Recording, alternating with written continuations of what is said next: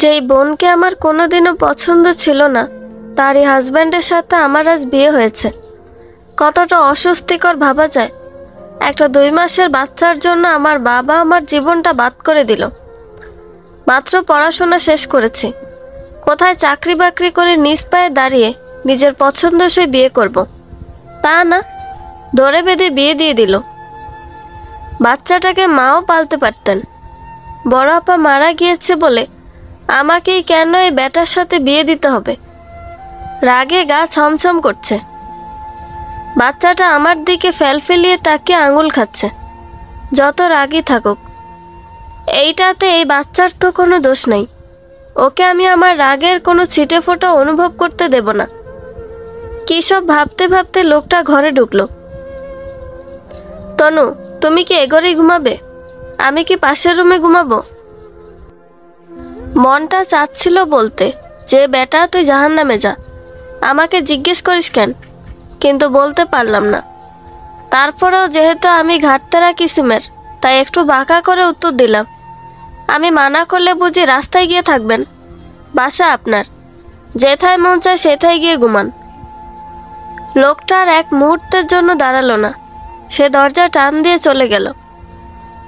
আমি সানাকে নিয়ে শুয়ে পড়লাম।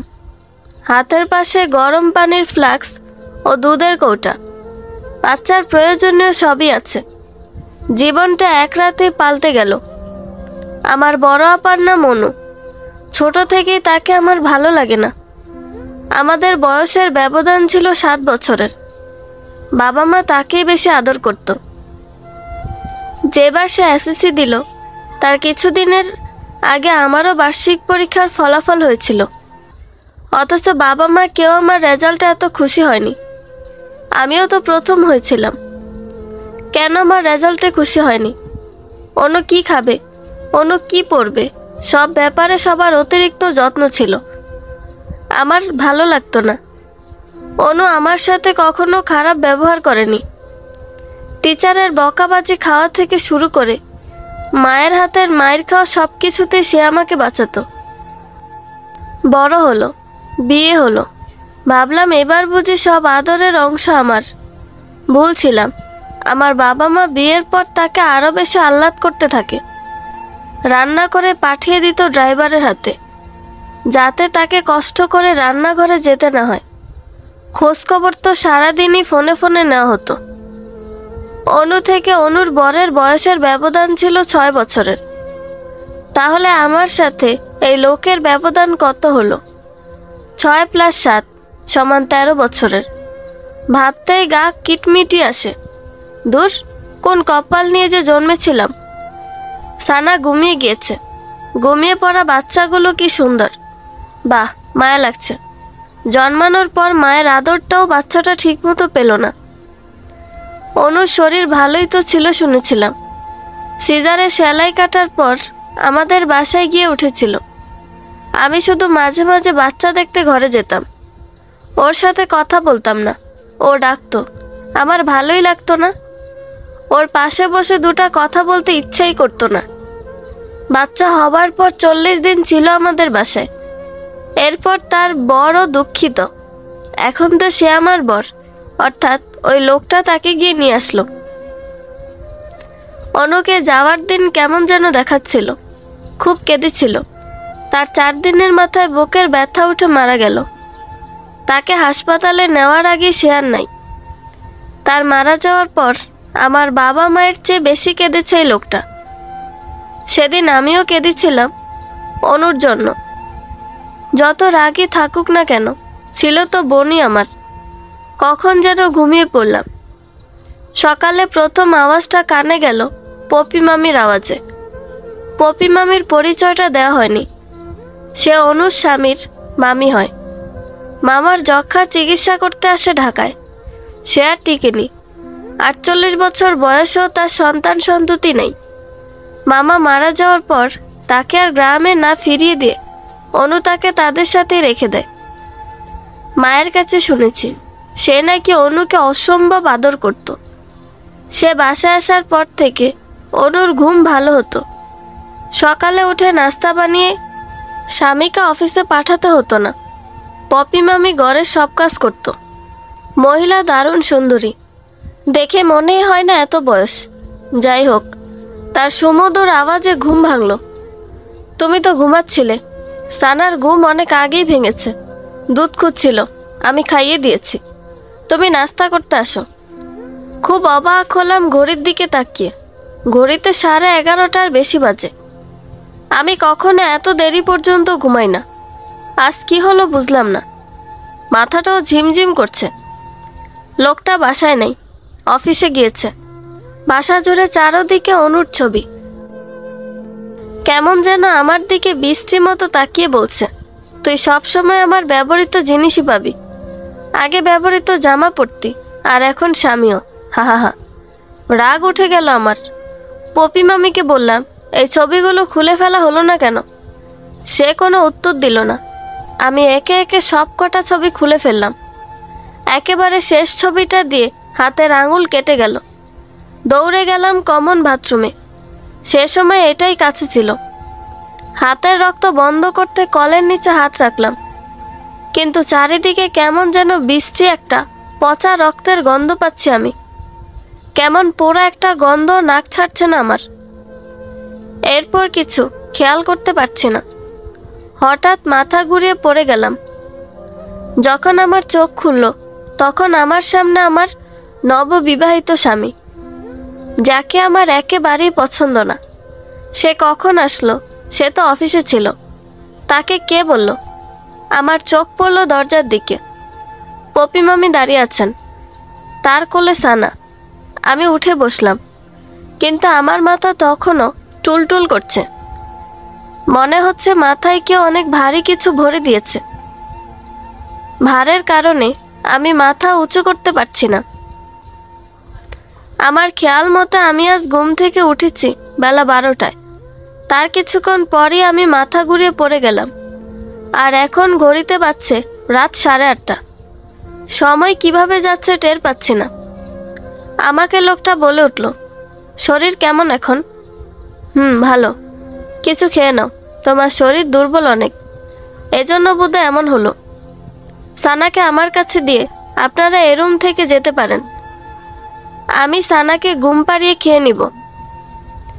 সানাকে আমার কোলে দিয়ে পপি মামি চলে গেল। আর ওই লোকটা বসে রইল। তুমি ঠিক আছো তো? আপনি এবার যেতে পারেন। সে চলে গেল। সানা খুবই লক্ষ্মী। শুনেছি অনুও নাকি ছোট থেকেই লক্ষ্মী। মায়ের মতো হয়েছে হয়তো। কোনো কান্নাকাটির আওয়াজ নাই, কোনো বিরক্ত নাই। খায় আর লম্বা লম্বা ঘুমায়। বাচ্চাটা লক্ষ্মী। এ বাসায় কাল আসার পর থেকে বাবা অথবা মা কেউই কি আমাকে ফোন করেনি? কাল থেকে ফোনটাও দেখা হয়নি একবারও। ফোনটা খুঁজে বের করতে আমার 10 মিনিট সময় লাগলো। অবশেষে পেলাম। ও মা, মায়ের এতগুলো ফোন। তাড়াতাড়ি কল ব্যাক করলাম। মা অশান্ত আওয়াজে বলে উঠল, তুই ঠিক আছিস? তাহলে জামাই বলল যে? সে যাই বলুক, আমার কথা বাদ দাও। তোমরা কেমন আছো? ভালো। তোর বিথি ফুফির শরীর ভালো না, ওইখানেই এসেছি। না হলে তোকে দেখতে আসতাম। আমার কিছু হয়নি। দেখতে আসার মতো তো কিছুই না। আচ্ছা বল, সানা কই? আমার কোলে ঘুমাচ্ছে। আচ্ছা মা, ওর মাও তো অনেক শান্ত ছিল, তাই না? মেয়েটা আমার আল্লাহ জানে কেমন আছে ওপারে। মা কান্না শুরু করার আগে আমি আগে ভাগে ফোনের লাইনটা কেটে দিতে চাইলাম, এবং তাই করলাম। হঠাৎ মনে হলো কেউ মাত্র আমার ঘরের সামনে থেকে খুব জোরে দৌড় দিল। আমি দরজা খুলে দেখতে গেলাম, কেউ নাই। মামি রান্নাঘরে রুটি বেলছেন, আর ওই লোকটা পত্রিকা হাতে নিয়ে অন্য শোবার ঘরে শুয়ে আছে। মানুষের মনের ভুল হতেই পারে, আমারও হয়েছে হয়তো। সানাকে দেখতে আবার ঘরে গেলাম। ও ঘুমিয়ে আছে, খুব ক্ষুধা পেয়েছে, কিছু খাওয়া দরকার। রান্নাঘরে গিয়ে মামিকে বললাম, আমার ক্ষুধা লাগছে। খাওয়ার কি আছে? টেবিলে বসো, আমি খাবার দিতেছি। আমি একটু হাত মুখ ধুয়ে আসি। সানা কি একলা ঘরে? কিন্তু ও ঘুমাচ্ছে। বাচ্চাদের একলা কখনো রাখতে নেই। সে খুব রাগের স্বরে কথাটা বলল। আমার আবার এই ধরনের স্বর খুব গায়ে লাগে। আমিও বললাম, গতকাল থেকে বাচ্চাটা আমার, ওর মা আমি ভালো বুঝবো ওকে কিভাবে রাখতে হবে। প্রয়োজনে আমি বাথরুমের দরজা খুলে গোসল করব। আমি চলে আসলাম। পিছনে ফিরে দেখলাম ওই লোকটা দাঁড়িয়ে আছে। লোকটা একটা মেয়েলি লোক, মেয়ে মানুষের মতো দরজার পাশে দাঁড়িয়ে কথা শোনে। অসহ্য একটা। আমি গোসল করতে যাওয়ার সময় সানার চারদিকে বালিশ দিলাম, দরজা খোলা রাখলাম বাথরুমের। গায়ে সাবান মাখার সময় মনে হলো কে যেন ঘরের লক ঘুরাচ্ছে। আওয়াজটা কানে যেতেই আমি বাথরুম থেকে বের হলাম। ভেজা শরীর, শুধু একটা টাওয়াল পেঁচিয়ে বের হয় ঘর ভেজা ভেজা হয়ে গেল। না, কেউ নেই। আমি আবার বাথরুমে ফিরে গেলাম ভেজা কাপড় বদলাতে। এবার খুব জোরে আওয়াজ হলো।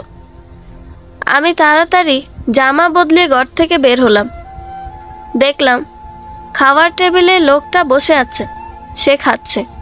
সে আমাকে এভাবে বের হতে দেখে জিজ্ঞাসা করলো, কি হয়েছে? না, কিছু না। তাহলে আসো, খেয়ে নাও। আমি ঘরে ফিরে গেলাম। সানাকে দেখে আসলাম। খাবারের প্লেটে খাবার নিয়ে ঘরে চলে গেলাম। সানার সামনে বসেই খাবো। খাবার শেষে কিছুক্ষণ মোবাইলে গেমস খেলতে খেলতে ঘুমিয়ে গেলাম। গতকালের মতো আজও আমার ঘুম ভাঙলো অনেক দেরিতে। সানা পপি মামির কোলে। মামি বললেন, সানাকে রাখতে সমস্যা হলে ও আজ থেকে আমার সাথেই ঘুমাবে। না, আমি কি কাউকে বলেছি যে আমার সানাকে রাখতে সমস্যা? তুমি অনেক গভীর ঘুমে থাকো, ও উঠে কান্না করে ক্ষুধায়। তুমি তো টের পাও না। কাল থেকে পাবো। ওকে আমার কাছে দিন। নাস্তা পরে খাবো। আমি সানাকে নিয়ে ঘরে গেলাম। ওকে গোসল করানোর জন্য গরম পানি দিলাম। কিভাবে বাচ্চাদের গোসল করাতে হয় সেটাও দেখে নিলাম ইউটিউব থেকে। সানাকে আমার অনেক আদর দিতে ইচ্ছা করে, অনেক বেশি। গত 2 দিনের মতো আজও আমি খেয়ে দিয়ে শুয়ে পড়লাম, কিন্তু সকালে উঠতে পারলাম না। যখন ঘুম থেকে উঠি শরীর খুব ক্লান্ত লাগে।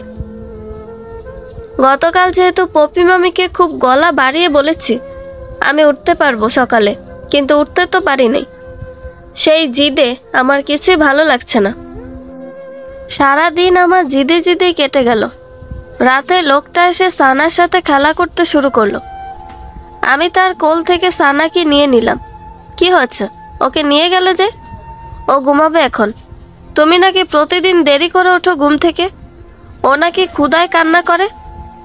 তাহলে তুমি ওকে তোমার সাথে রাখো কেন? ও আমার সাথেই থাকবে। ওকে আমিই দেখে রাখবো।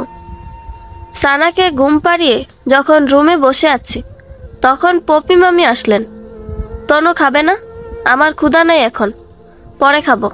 খাবার দিয়ে যাই। এখানেই খাও। দেন। সে আমার ঘরেই খাবার দিয়ে গেল। আমি সে রাতে সারাদিনের জিদের কারণে আর কিচ্ছু খেলাম না। যেভাবে খাবার দিয়ে গিয়েছিল খাবার সেভাবেই পড়ে রইল। মধ্যরাত পর্যন্ত আমার মোবাইলে গেমস খেলার অভ্যাস অনেক দিনের, আজও তাই হলো। আমি জেগে জেগে গেমস খেলছি। তখন কয়টা বাজে? 1:30টার আশেপাশে হয়তো। খুব হাসির আওয়াজ পাওয়া যাচ্ছে। আমি ডানে বামে তাকিয়ে কাউকেই দেখতে পেলাম না। আমি খুব আস্তে দরজা খুলে বের হলাম। বের হয়ে দেখলাম কেউ নাই। বাকি 2 ঘরের দরজা বন্ধ। হয়তো পাশের বাসা থেকে আওয়াজ এসেছে। আমি আবার ঘরে ফিরে আসলাম। সানা ঘুমিয়ে আছে। দরজা দিয়ে আবার মোবাইল হাতে নিলাম। গেমস খেলতে খেলতে এবার একটু আপত্তিকর আওয়াজ আসলো কানে। খুবই বিরক্তিকর আওয়াজ। মানুষ তার পার্সোনাল সময়ে একটু সতর্ক থাকতে পারে, তা না আশেপাশের মানুষকে অন্তরঙ্গ আওয়াজ শোনাবে। একটু একটু ঘুম পাচ্ছে। আমি কখন যেন ঘুমিয়ে পড়লাম। আজ ঘুমানোর আগে মোবাইলে অ্যালার্ম দিয়ে ঘুমালাম। যে সময়ের অ্যালার্ম দিয়েছিলাম সে সময়ই আমার ঘুম ভাঙল। আজ যখন সানা ঘুম থেকে উঠে ক্ষুধায় কান্না করতে নিল, তখনই পপি মামি দরজা খুলে ঢুকতে নিলেই আমাকে দেখে একটু অবাক হয়ে যায়। তুমি জেগে আছো? জেগে আছি। সে আমার ঘরের দিকে তাকিয়ে কি যেন ভাবছে। উনি অফিসে চলে গিয়েছে? না, গোসলে গিয়েছে বোধহয়। ও আচ্ছা, সানাকে দাও আমার কাছে। ওর বাবা যাওয়ার আগে ওকে দেখে যায় একবার। আমি নিয়ে আসছি ওকে, ওর জামাটা বদলে নেই। কিছুক্ষণ পর আমি নিয়ে গেলাম সানাকে ওর বাবার কাছে। ওর বাবা ওকে আদর করে অফিসে চলে গেল। এরপর আমি নাস্তা করে নিলাম। সানাকে খাইয়ে দাইয়ে গোসল করিয়ে বিকেলে ঘুম পাড়িয়ে আমিও ঘুমিয়ে পড়লাম। ঘুম থেকে উঠে সন্ধ্যায় নুডলস রান্না করলাম, আমিও খেলাম, পপি মামিকেও দিলাম। মায়ের সাথে কিছুক্ষণ ফোনে কথা বললাম। মা আমাকে বোঝালেন আমার ওনার সাথে বিয়ে হয়েছে। বিয়ে কোনো ফাজলামি না, ভাগ্যে ছিল, এটা এড়ানোর কোনো উপায় নেই। তাই এখানেই মনোযোগ দিয়ে সংসার করতে হবে, তাকে স্বামী মেনে চলতে হবে, এখানেই নিজেকে সুখী করতে হবে। আমিও নীরবে ভাবলাম, আসলেও কপাল আমার, এখানেই গল্প লিখেছিল, এটাই মেনে নিতে হবে। আমি রান্নাঘরে গিয়ে পপি মামিকে বললাম, রাতের রান্নাটা আজ আমিই করব। কেন? আমার রান্না ভালো হয় না? হয়, কিন্তু আজ আমি রান্না করব। আপনি সানাকে ঘুম পাড়িয়ে দিন। ওই রাতের এতটুকুই আমার মনে আছে। মনে আছে আমি রান্না করছিলাম। আমি হঠাৎ কারো হেঁটে যাওয়ার আওয়াজ শুনে ফিরে তাকালাম। কেউ ছিল না, কিন্তু আমি তার কয়েক সেকেন্ডের মধ্যে আবারও মাথা ঘুরিয়ে পড়ে গেলাম। প্রথম দিনের মতো চোখ খুলেই দেখলাম আমি হাসপাতালে শোয়া। আমার পাশে আমার বাড়ির মানুষ, মা বসে আছেন ঠিক ডান দিকে। আমাকে চোখ মেলতে দেখেই বলে উঠলেন, চল আমাদের সাথে। আমরা তো তোর খারাপ চাই, তাই না খেয়ে দে শরীরের এই হাল করেছিস।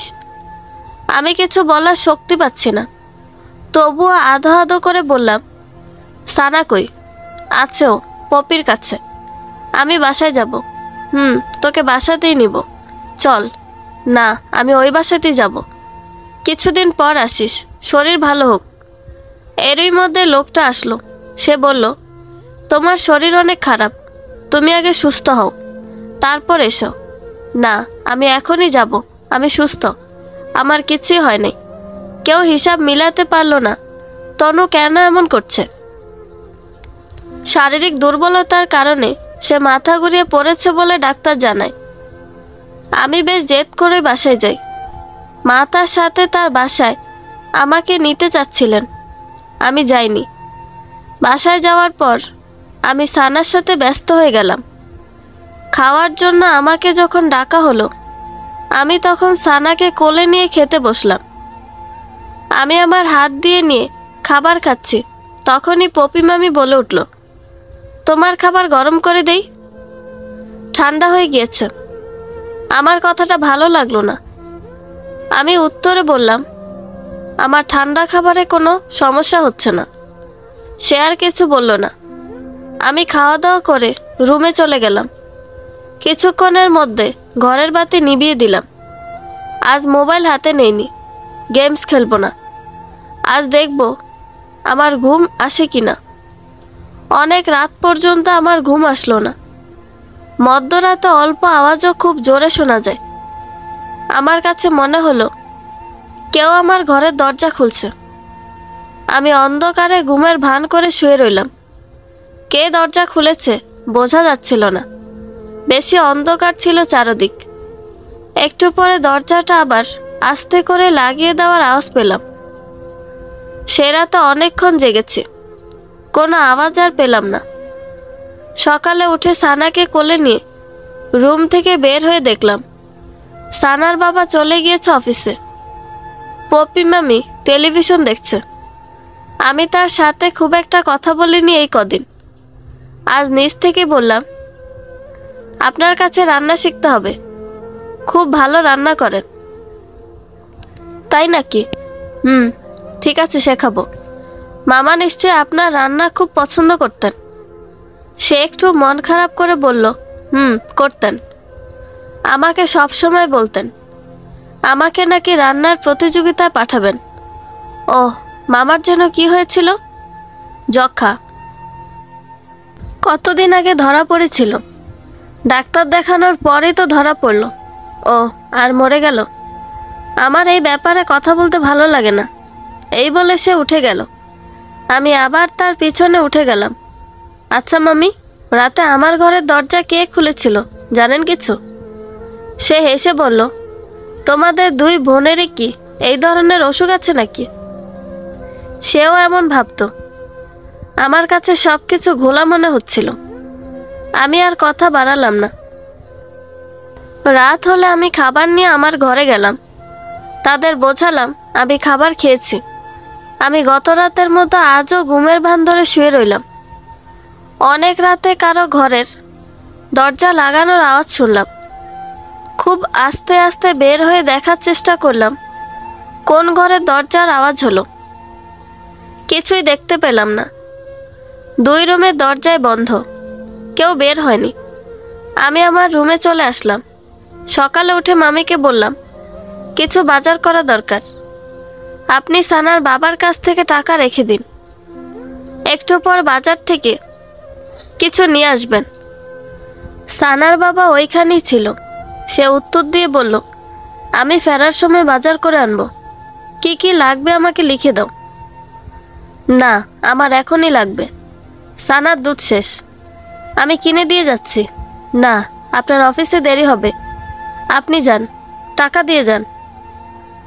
এক রকমের বাধ্য হয়ে সে টাকাটা দিল।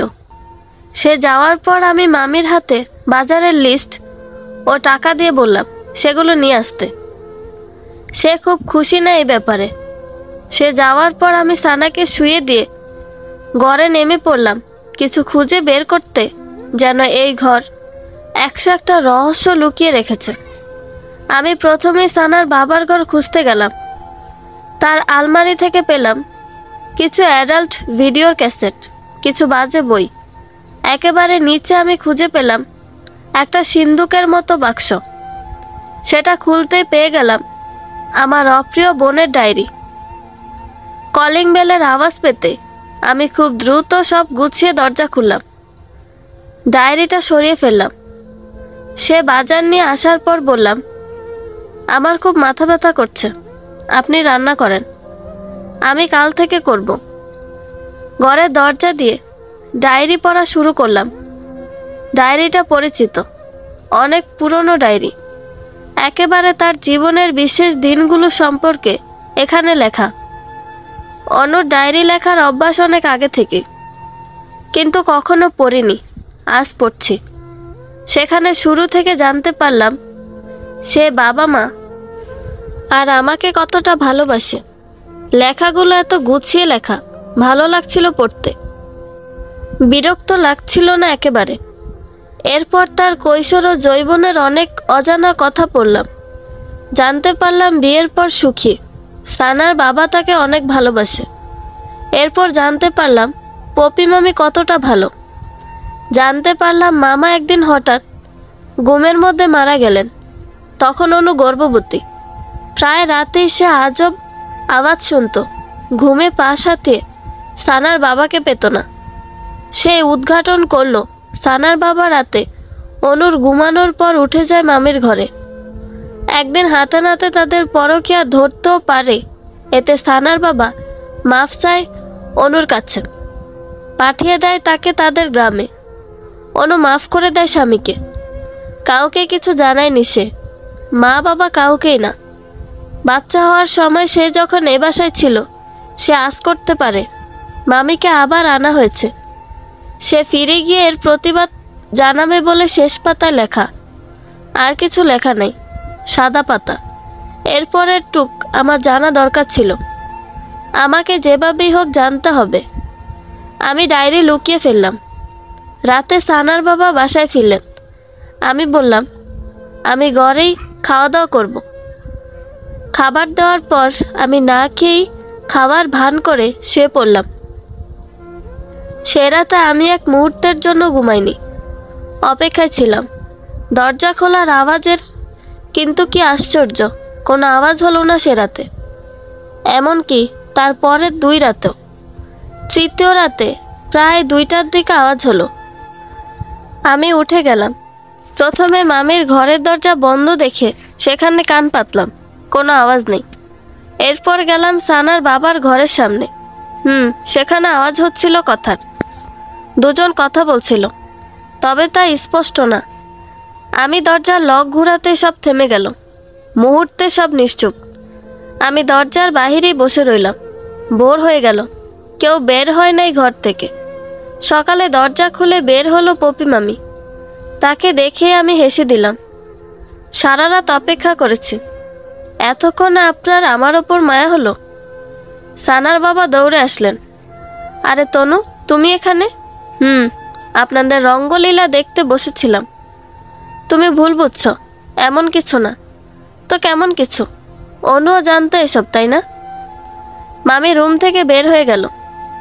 সানার বাবা আমাকে বোঝানোর চেষ্টা করেই যাচ্ছে, আর আমি তর্ক করেই যাচ্ছি। হঠাৎ কেউ আমার মাথায় কিছু দিয়ে আঘাত করলো। আমি নিস্তেজ হয়ে শুয়ে পড়লাম। কিছু বলার শক্তি পাচ্ছি না আমি। জ্ঞান আসার পর হাত পা নাড়তে পারছিলাম না। আমার হাত পা ততক্ষণে বাঁধা হয়ে গিয়েছে। আমার মাথায় কে যেন সুন্দর করে ব্যান্ডেজও করেছে। আমি খাটেই শোয়া, আমার পাশে বসা আমার মা। সে আমার দিকে তাকিয়ে বলছে, ওদের মধ্যে সম্পর্ক, তাতে তোর কি? তুই কেন রাত জেগে ওদের ঘরের পাশে বসেছিলি? তুই একটু বেশি বেশি করিস। মায়ের কথা শুনে আমি অবাক হয়ে যাই। আমি আরও অবাক হই যখন মা পপি মামিকে বলেন, একটা বালিশ দাও তো পপি। ওর নাকে মুখে চেপে ধরে আজ ওকে মেরেই ফেলি। প্রতিদিনের জ্বালা ভালো লাগে না। মাকে আমি কিছু বলার আগে মা আমাকে মুখে বালিশ চেপে ধরল। আমি নিঃশ্বাস ছাড়তে পারছি না। সানা কাঁদছে। হাউমাউ করে লাফিয়ে উঠলাম। আমি এতক্ষণ স্বপ্নে ছিলাম। সারা রাত আমি যেখানে বসেছিলাম সেখানেই বসে আছি আমি। বাহিরে এখনো অন্ধকার। কখন যেন ঘুমিয়ে পড়েছিলাম এখানে। সানার আওয়াজ শুনে চোখ খুলেছে। আমার সারা শরীর ঘামে ভিজে গিয়েছে। আমি এতক্ষণ স্বপ্ন দেখছিলাম, তবে তাদের পরকীয়া মিথ্যা না। আমি যেই জায়গায় রাতে বসেছিলাম আমি সেখানেই ঘুমিয়ে পড়েছিলাম। ভোর হবে হবে প্রায়। আমি দৌড়ে সানার কাছে গেলাম। ওর কাছে যেতে ও কান্না থামিয়ে দিল। আমি তাড়াতাড়ি ঘরের দরজা বন্ধ করে ঘরে বসে রইলাম। মাথা গরম করে কিছু করা যাবে না। আমাকে ঠান্ডা মাথায় সব করতে হবে, ভাবতে হবে। তাছাড়া অনুর মৃত্যুর রহস্য আমার এখনো জানা বাকি। আজ অনুর জন্য খুব মায়া লাগছে, সানার জন্য খুব মায়া লাগছে। এত অল্প বয়সে সে মা হারা সন্তান। অনু থাকতে কখনো অনুর প্রয়োজন বোধ হয়নি। আজ মনে হচ্ছে আমার সাথে ওর সম্পর্ক ভালো থাকলে হয়তো আমাকে কিছু শেয়ার করতো। আফসোস লাগছে আজ, খুব আফসোস। সকাল হলো। আমি ইচ্ছে করে ঘুম থেকে দেরি করে উঠলাম, যাতে তাদের সন্দেহ না হয়। কারণ এতদিন আমি বুঝে গিয়েছিলাম আমার রাতের খাবারের সাথে ঘুমের ওষুধ জাতীয় কিছু মেশানো হতো। সারাদিন খুব স্বাভাবিক ব্যবহার করলাম পপি মামির সাথে। রাতে সানার বাবা আসলো বাসায়। আমি তাকে আজ নিজে উঠে গিয়ে খাবার দিলাম। আমার তার সাথে ভাব করা হচ্ছে প্রথম কাজ এখন। আমি তার সাথে সারাদিন কি করলো কি না করলো সব জিজ্ঞাসা করলাম। রাতে সে ঘুমাতে যাওয়ার আগে বললাম, আপনি এখন থেকে আমার ঘরে ঘুমাতে পারেন। সে কিছুটা বেকায়দায় পড়ে গেল। মনে হচ্ছিল না পেরে সে আমার ঘরে ঘুমাতে আসলো। আমিও পপি মামির হাতের রান্নাই খেয়েছি এই ভান করে শুয়ে পড়লাম। সানা ঘুমিয়ে গেল। আমি ঘুমের ভান করে শুয়ে রইলাম।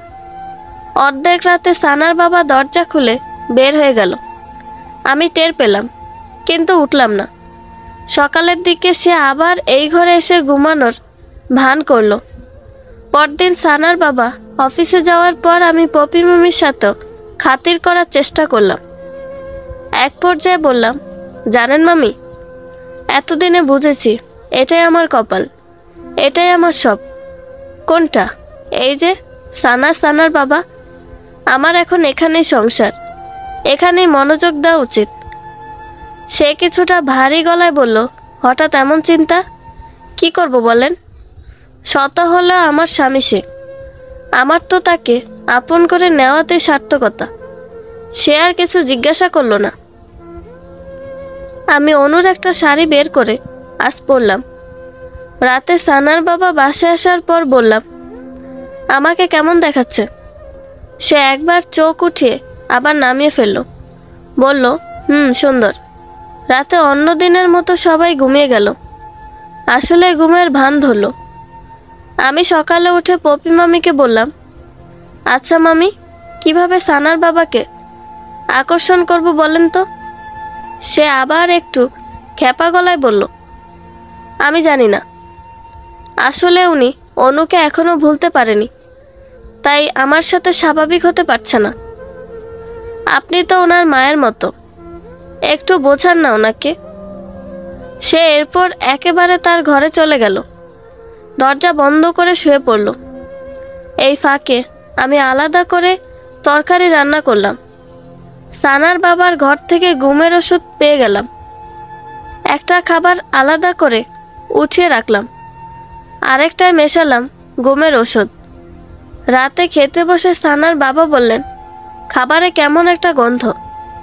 কিছুটা ধরে খেয়ে যাওয়ার মতো অবস্থা হলো, কিন্তু আমি ইনিয়ে বিনিয়ে বললাম, আমি রান্না করেছি, আজকের মতো খান, কাল থেকে মামি আবার রান্না করবে।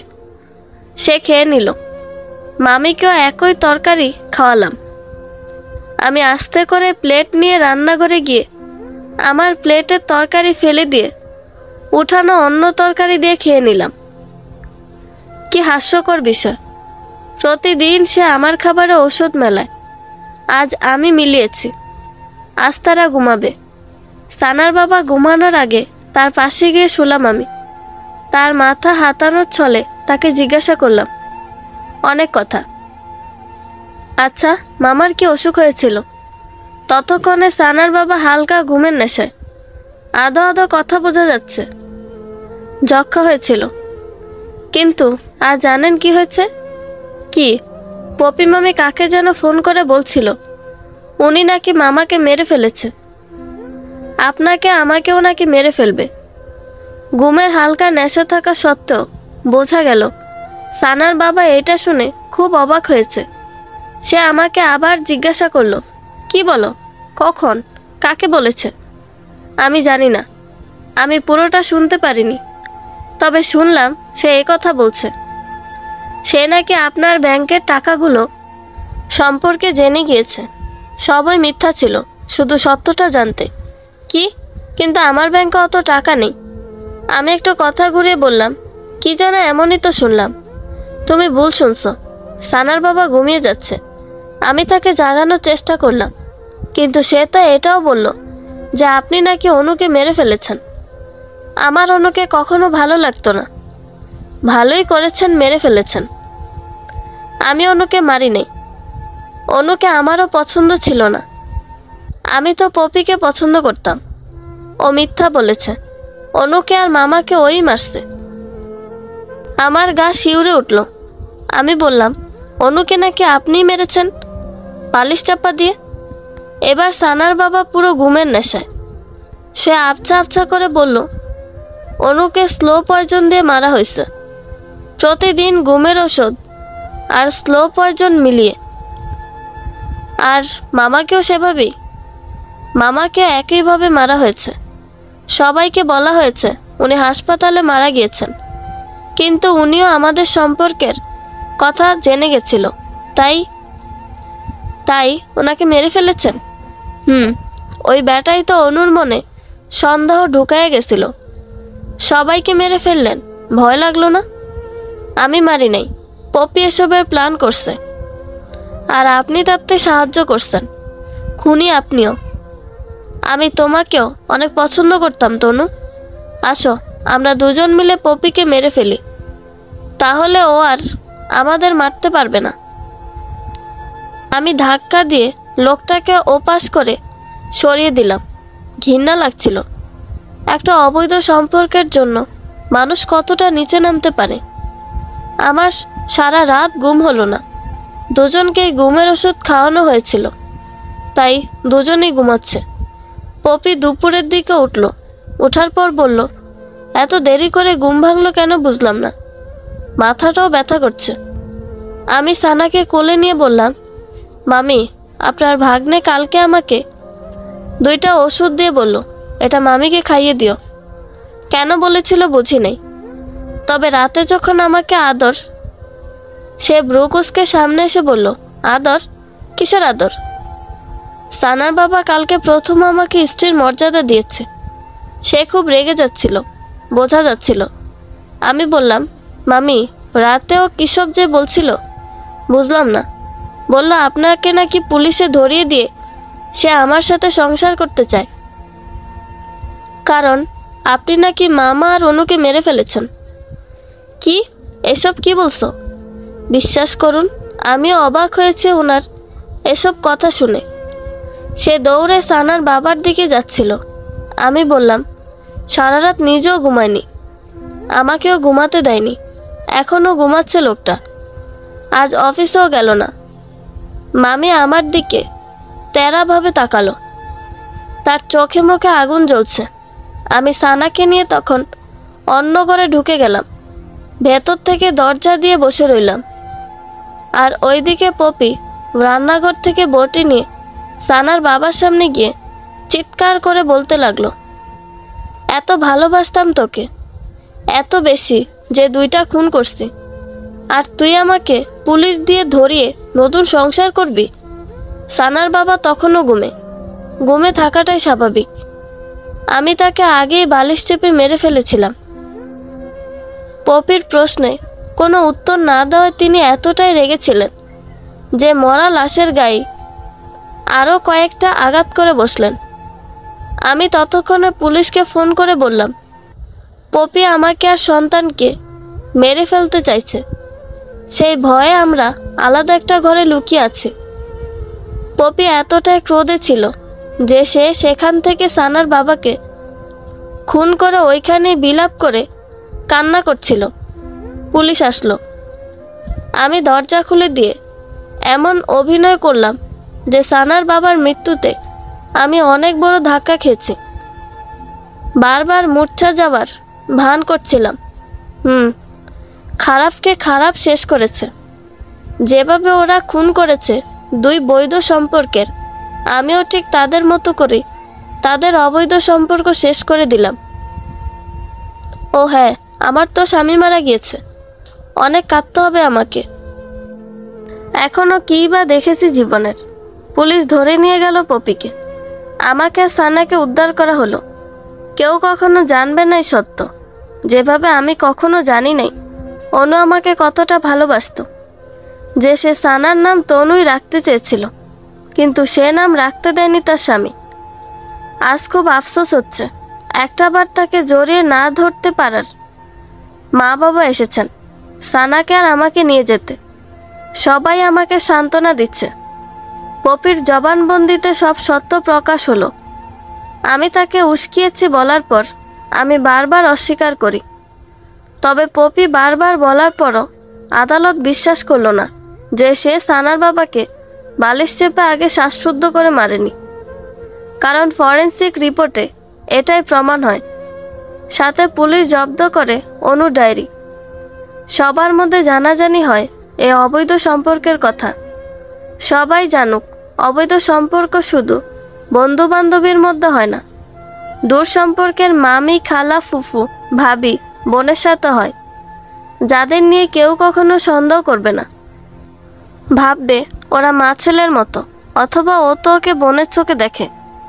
যেসব সম্পর্কের কারণে বৈধ সম্পর্কগুলো মরে যায় সব কিছু।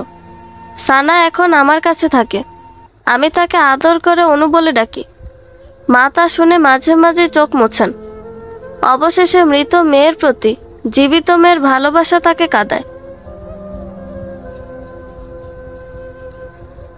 পরকীয়া সম্পর্কগুলো এমন কারোর সাথেই তৈরি হয় যা আশপাশের মানুষ সহজে সন্দেহের আওতায় আনবে না। দেখা যায় এক, আসলে তা আরেক। বন্ধুরা, গল্পটি ভালো লেগে থাকলে একটা লাইক করে দিবেন এবং গল্প সম্পর্কে কোনো মতামত জানানোর থাকলে কমেন্ট করতে পারেন। নতুন নতুন আরও গল্প শোনার জন্য চ্যানেলটি সাবস্ক্রাইব করে পাশেই থাকবেন। ধন্যবাদ সবাইকে, ভালো থাকবেন।